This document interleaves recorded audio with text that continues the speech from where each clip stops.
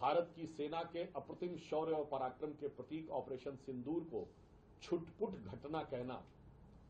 न सिर्फ निंदनीय है, बल्कि भारत की सेना के शौर्य और पराक्रम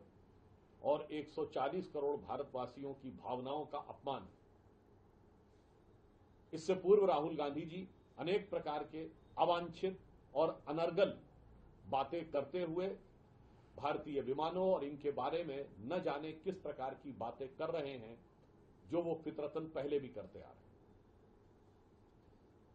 पहले राहुल गांधी और अब खड़गे जी के बयान के बाद एक बात बहुत साफ हो गई है कि पिछले कुछ दिनों में इंडी गठबंधन के नेताओं के जो बयान आ रहे हैं, ये कोई अनायास मुंह से निकले बयान नहीं है। ये एक सुविचारित, भारत विरोधी और पाकिस्तान को ऑक्सीजन देने वाली विचारधारा से पोषित होकर आने वाले बयानों की श्रृंखला है। खड़गे जी का यह बयान यह भी दर्शाता है कि इंडिया गठबंधन नाम रख लेने से कोई दिल से इंडियन नहीं हो जाता। आज इस तथाकथित इंडिया गठबंधन के नेताओं के बयान जिस तरीके से पाकिस्तान की मीडिया में, पाकिस्तान की संसद में, पाकिस्तान की डिफेंस फोर्सेस की ब्रीफिंग में, पाकिस्तान द्वारा भारत के विरुद्ध अंतर्राष्ट्रीय स्तर पर दिए जा रहे डोजियर्स में प्रयोग हो रहे हैं, मुझे लगता है कि उसके बाद यदि यह अपने गठबंधन को इंडिया गठबंधन कहने का प्रयास करते हैं तो निश्चित रूप से साफ दिखाई पड़ता है कि इंडिया गठबंधन का नाम इंडिया रखना मुखौटा है। अंदर से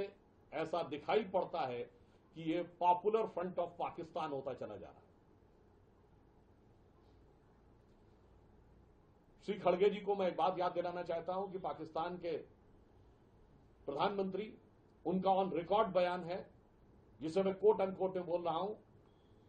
शहबाज शरीफ साहब ने कहा कि हमारे सिपहसालार जनरल सैयद आसिम मुनीर ने मुझे रात को 2:30 बजे 9 और 10 की दरमियानी रात को जगाया और कहा कि हिंदुस्तान ने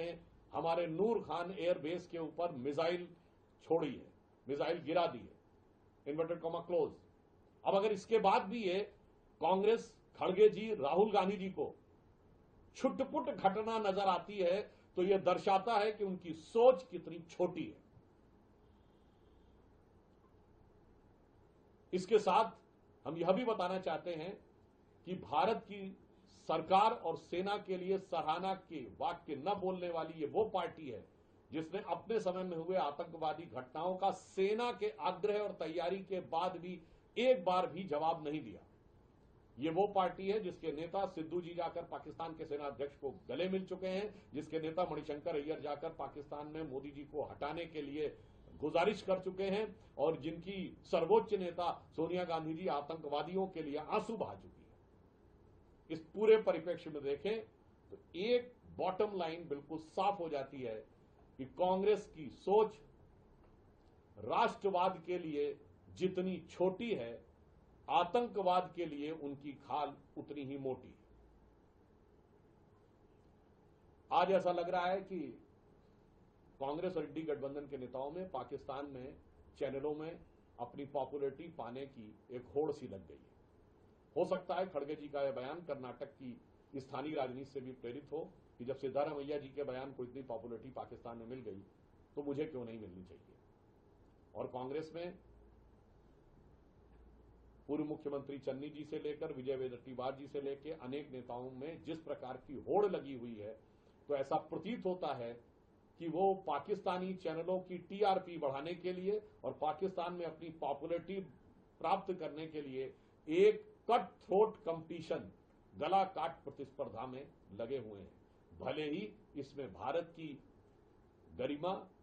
सेना के शौर्य का अपमान क्यों न हो जाए। इसलिए हम इस बयान को निंदनीय तो मानते हैं, पर कांग्रेस पार्टी और इंडी गठबंधन की एक सोची समझी रणनीति का हिस्सा मानते हैं।